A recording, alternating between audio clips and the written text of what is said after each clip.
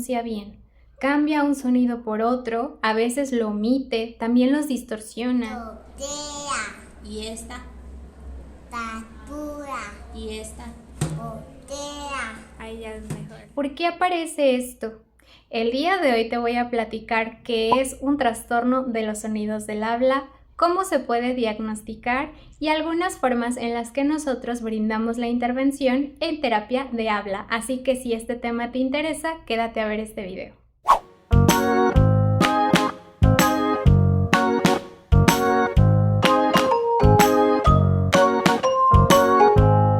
Hola, ¿cómo estás? Yo soy Mariana González y soy terapeuta en audición, lenguaje y aprendizaje de Aletaterapia. Y el día de hoy vamos a platicar de qué es lo que pasa con estos peques que no articulan bien. Existen muchas etiologías, es decir, muchos porqués. Y de la misma forma, si tenemos todas esas etiologías, hay muchas formas de intervención. También te quiero platicar el día de hoy que hay muchas de esas que son malas prácticas, que están súper desactualizadas y que no le van a brindar ningún tipo de avance a tu pequeño en su proceso, para que si tú las ves en su terapia, bueno, puedas platicar con su terapeuta y puedan optar por otras que sean más actualizadas. Además, te quiero dar algunos tips súper sencillos para que le puedas ayudar en casita, pero recuerda que si estás buscando más tips, materiales y más información sobre el desarrollo de tu peque en general, pues me encuentras en todas estas redes sociales. Cuéntame en los comentarios de dónde vienes, en cuáles es que tú me sigues. En ellas también resuelvo tus dudas y vas a encontrar mucho más. Para estar al pendiente de todo lo que te subo aquí a YouTube, lo único que tienes que hacer es darle clic a la campanita y darle clic al botón de suscribirte. Estoy segura de que algo de lo que te comparta te va a ser útil con tu pequeño en casita. Así que comencemos. El trastorno de los sonidos de habla hace referencia a los niños que tienen dificultades para producir ciertos sonidos del habla, como su nombre lo indica. En el DSM-5, que es nuestro manual diagnóstico, lo vas a encontrar como el trastorno fonológico. Y bueno, las características puede ser que tu peque o que este niño, incluso adolescente o adulto, esté presentando procesos como sustituciones, o sea que cambia un sonido por otro, que los distorsiona, es decir, que la forma en la que está colocando los órganos o las estructuras anatómicas ya no encuentra la zona de articulación adecuada y es por ello que la producción se ve alterada. Entonces el sonido no suena con sus cualidades primarias o con las que debe tener. En cambio suena distorsionado, suena diferente. También puede suceder que lo omita o que tenga literaciones dentro de la palabra, es decir, que cambie un sonido por otro. Hay muchos procesos que podemos evaluar en los trastornos de los sonidos del habla. Este no es un término nuevo, este diagnóstico lo utilizamos, si no mal recuerdo, desde el año 2005. Anteriormente lo conocíamos como dislalia o disartria, pero esto fue aproximadamente, no lo sé, desde 1970, o sea, es muy antiguo este término. Si lo siguen viendo en los informes, pues sí habla de que están desactualizados. Como terapeutas de lenguaje necesitamos estar estudiando constantemente y basar nuestra práctica en la evidencia. ¿Qué quiere decir esto? Que necesitamos leer artículos, conocer certificaciones, diplomados que estén basando la intervención de los niños en todo esto que ya está probado actualmente. Entonces el término de disartria y de dislalia hace muchísimos años que no se utiliza. Posterior a este diagnóstico o este nombre, trastorno fonológico por último en el DSM, y a partir del 2005 y en adelante ya se conoce como un trastorno de los sonidos del habla. ¿Qué afecta el trastorno de los sonidos del habla? Pues afecta la claridad del habla de tu pequeño o de esa persona que lo tiene. También puede afectar su estado emocional, porque bueno, la comunicación clara para con otras personas le puede ser cada vez más compleja, entonces puede dañar su autoestima también. Y la claridad del habla se puede ver afectada en diferentes niveles. Vamos a pasar a los porqués se pueden presentar los trastornos de los sonidos. Bueno, los trastornos tienen dos tipos de etiología. Una es la fonética y la otra es la fonológica. En las alteraciones fonéticas tenemos una posible etiología orgánica de las estructuras anatómicas. Por ejemplo, cuando tenemos frenillos linguales restrictivos, cuando tenemos fisuras, cuando tenemos mala oclusión oral, estos dientitos o esta dentición que se da de forma inadecuada y que está permitiendo o que no está permitiendo la producción adecuada de los sonidos porque cambian las estructuras anatómicas, no permiten que logremos esas zonas de articulación y por ello pues, se distorsionan, que es lo que estamos viendo en las distorsiones de los sonidos. Así que puede ser una cuestión orgánica, es decir, de las estructuras y de su constitución. Pero también puede tratarse de alteraciones neuromotoras. Aquí es donde, por ejemplo, hablamos de la apraxia de habla. Si quieres que te haga un video sobre qué es la apraxia de habla infantil, bueno, hacemos un video, pero a grandes rasgos se trata de la coordinación neuromotora, es decir, la parte oromotora, cómo se dan la coordinación de los movimientos, pero cómo se envía esta información desde nuestro cerebro. Aquí también podemos observar procesos como la disartria en adultos y bueno, en el área fonética también puede estar influyendo muchísimo cómo se dio el aprendizaje motor de estos sonidos, cuando nosotros no brindamos un modelo adecuado de la producción y continuamos la producción de manera inadecuada por alguna u otra situación. Y bueno, tenemos la otra posible etiología que es fonológica, en la cual tenemos un factor sensorial auditivo, por ejemplo, pérdidas auditivas, estas influyen directamente, pueden ser pérdidas fluctuantes, ya tenemos un video donde te platico qué es la pérdida auditiva, qué tipos de pérdidas auditivas se pueden observar, te lo voy a dejar por aquí para que puedas ir a verlo y te lo dejo también en la caja de descripción para que puedas terminar de ver este video y si te interesa esa información pues puedas ir a verlo. Pero bueno, no solamente habla de estas pérdidas auditivas, sino de cuando los niños tienen dificultades o inmadurez para la percepción o discriminación auditiva. Hay niños que no tienen una pérdida, es decir, escuchan bien, pero no discriminan los sonidos, no discriminan desde sonidos como gruesos, ambientales, onomatopeyas o la diferencia entre un par mínimo, es decir, un sonido dentro de una palabra en contraste con otra, por ejemplo. Entonces, estas fallas pues también son parte de las etiologías para la parte fonológica. Y bueno, cuando nosotros estamos frente a uno de estos casos, inicialmente te vamos a hacer una entrevista a ti como papá para que nos cuentes qué es lo que observas con relación al habla de tu pequeño. Nos vas a comentar todo esto que observas. No, pues es que se come tal sonido, cambia este sonido por otro, a veces dice estas palabras pero no se le entiende, le está afectando en la escuela, él ya no se comunica tanto porque le da pena. Todo esto va a ser muy importante. Y bueno, también vamos a hacer ese historial clínico para poder conocer las posibles etiologías. Es decir, si tu pequeño utilizó chupón y tiene una mala oclusión oral, bueno, pues entonces vamos a tener un TSH probablemente con una etiología fonética por esta mala oclusión. Si tú llegas y nos refieres, no, bueno, es que mi hijo tuvo fisura y ya tuvo sus cirugías, pero sigue teniendo estas cuestiones, bueno, ahí vamos a evaluar otra parte también de un TSH fonético. Pero si por el contrario nos dice, ¿sabes qué? Tiene dificultades de aprendizaje, le cuesta trabajo como seguir instrucciones, bueno, pues entonces podemos pensar que esta parte de discriminación auditiva pues no está al 100% y que por ello necesitamos evaluar de diferente forma.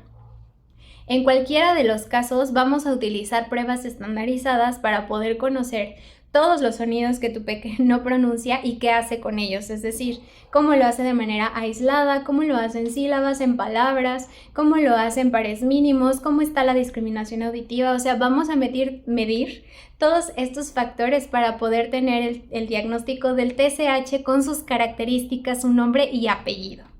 Una de las pruebas estandarizadas que puedes observar y que es la más actual es el PERT. Espero que lo haya pronunciado bien.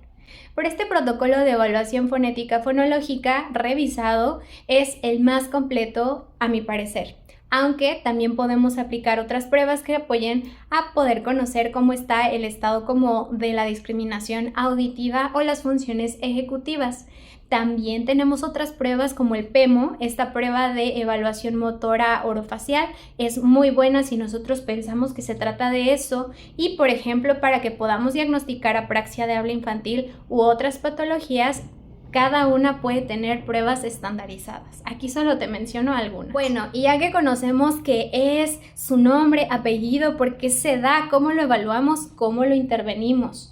Bueno, en muchas ocasiones se observa que cuando los niños presentan dificultades de articulación o de producción de sonidos, nos vamos directamente a los movimientos de labios y lengua. No, God, please, no, Esto no. también es una mala práctica que se observa en terapia del lenguaje y que en ninguno de los casos nada que ver, porque las praxias necesitan ser movimientos funcionales enfocados al habla, es decir, cuando nosotros sacamos la lengua, nos chupamos alrededor. Este tipo de terapia pues no va a lograr que tu peque pronuncie ningún sonido porque ningún sonido se pronuncia fuera de la boca con la lengua afuera. Digo, al menos en nuestro idioma, ninguno se está pronunciando de esa manera. Tenemos que hacer ejercicios, necesitamos trabajar sobre las zonas de articulación, los movimientos específicos que nos van a llevar a la producción de estos sonidos. Existe sin duda una graduación del trabajo, podemos presentarlo en sonido aislado, palabras, sílabas, oraciones, aunque nosotros lo mencionemos así y parece, ok, muy fácil, o sea, yo sigo la escalerita, no es así. No todos los niños necesitan la misma graduación de ese trabajo. También es importante que sepamos escoger cuáles son los sonidos que vamos a trabajar con ellos. Y bueno, aquí también lo que sucede mucho es que empiezan a trabajar como los fonemas que corresponderían por su etapa, cuando muchas veces podemos empezar con metas un poco más complejas que nos van a llevar a obtener otros fonemas. Entonces, dentro del trabajo de habla, hay muchísimas vertientes, hay muchísimas metodologías, hay metodologías que influyen en realizar movimientos. Esta metodología de la logopeda española Gloria López Garzón, por ejemplo, es muy efectiva con ciertos niños en los cuales esta coordinación de los movimientos y de la reproducción de este grafismo o de este sonido puede ser muy efectiva. En el caso de Aleta utilizamos como una variedad porque no todos los niños necesitan lo mismo. Algo que también trabajamos son mucho los ejercicios cross drills o silábicos de la metodología. Esta metodología, por ejemplo, es muy viejita. Mildred McGuinness, donde trabajamos también una secuencia en la presentación de los sonidos, es algo que trabajamos con diferentes pequeños en el centro. Pero ya en la parte de la intervención hay muchísimas formas y variantes de intervenir un trastorno. Las que no se recomiendan son esas, las praxias, por ejemplo. Cuando estamos trabajando un enfoque neuromotor, tal vez vale más la pena que trabajemos con metodologías como lo son prompt o como lo puede ser Talk Tools, que se enfocan en esta parte de coordinación neuromotora. Y bueno, le estamos dando un enfoque, o sea, es por qué estoy trabajando este tipo de ejercicios. Aquí es importante que su terapeuta siempre les explique por qué y para qué está trabajando lo que sea que está trabajando, que te explique a lo mejor cuáles son las fuentes, porque al final no es un secreto y no es que tú le vayas a copiar, sino que tú necesitas saber que tu terapeuta está actualizado y que sabe por qué hace lo que hace. Eso te va a dar muchísima confianza, pero también te tiene que entrenar a ti para que puedas brindarle modelos adecuados de corrección que no afecten el autoestima de tu peque. Es decir, si tú corriges mal, pues lo puedes hacer sentir mal, lo puedes hacer sentir que no lo logra, es algo que ya le cuesta trabajo y puedes evitar o dañar como este tipo de imitaciones. Así que tener ese modelo, saber con qué juegos, brindarte materiales, ejercicios que puedas realizar en casa y que puedan fortalecer que tu peque integre la producción adecuada de ese sonido a su lenguaje espontáneo. Lo que debes observar en la terapia de habla de tu pequeño es que los objetivos se enfoquen en que tu pequeño logre la corrección espontánea. Es decir, que aunque produzca mal el fonema, digamos que él dice pelo en lugar de perro, y diga, oye mamá, ayer vi un pelo, se detenga y diga perro, ¿ok? Que él logre ese proceso de autocorrección, se dé cuenta de ese sonido que no está bien pronunciado, que lo está diciendo de manera inadecuada y que ya tenga las características, que ya tenga la capacidad de corregirlo, de pronunciarlo de manera adecuada. Y bueno, esto es a grandes rasgos. Si hablamos de habla, de lenguaje y más, en este caso de habla, pues hay muchísimas cosas que podemos trabajar en las diferentes etiologías, que ya viste que pueden ser muchas. pero te quiero compartir algunos tips súper sencillos. Recuerda que estos no van a suplir un proceso de terapia. Trata de no utilizar únicamente las actividades que ves en videos, que ves en canciones para trabajar una dificultad como esta con tu pequeño, ya que si él tiene un trastorno de los sonidos del habla que no se trabaja, pues puede presentar mayores dificultades. Hay muchos niños que se pueden habilitar, otros que van a empezar a presentar estas dificultades de articulación en su escritura y por ende en su aprendizaje escolar y mucho más. Así que siempre que observes alguna dificultad es mucho mejor buscar un tratamiento oportuno. Vamos con los tips. Tip número 1. La manera en la que tú corriges a tu pequeño es crucial.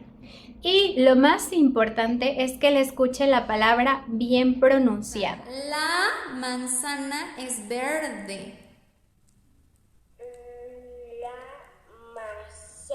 La Manzana, ajá. es verde. ¿Cómo?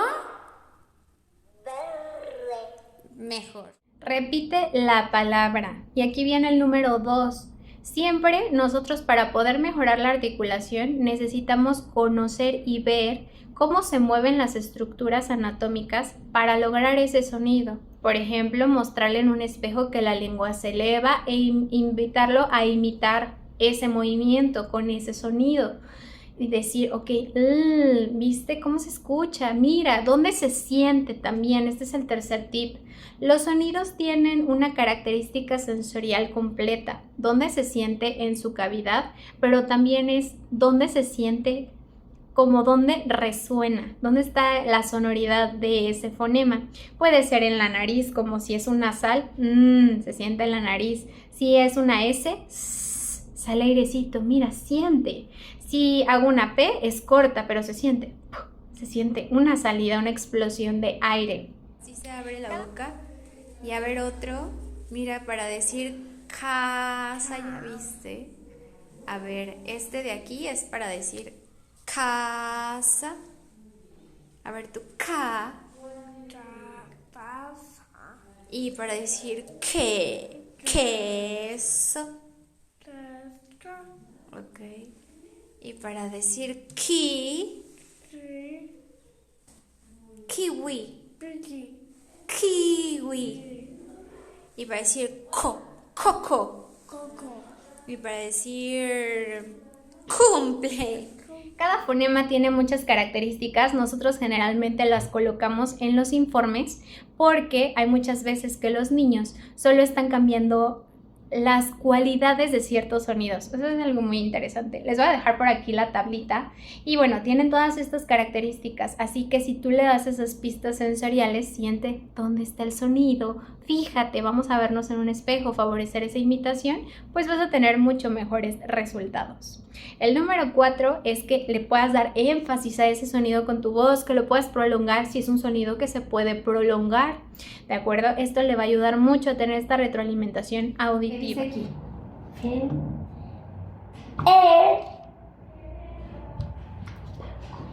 Bacota va lleno De hamburguesas. hamburguesas.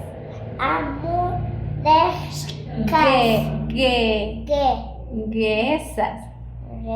Es importante que sepamos por qué no está pronunciando bien para poder dar buenas estrategias, sobre todo que estén personalizadas. Y bueno, espero que este video te haya gustado mucho, que la información sea útil e interesante para ti. Recuerda compartir si conoces a alguien más, si tienes un sobrinito, si tienes alumnos que no están pronunciando bien, para que los padres puedan ir a una valoración, para que tengan un tratamiento oportuno. Y bueno, déjame en los comentarios todas tus dudas, qué te gustaría ver en un próximo video. Te espero en el próximo y te mando un beso. Bye.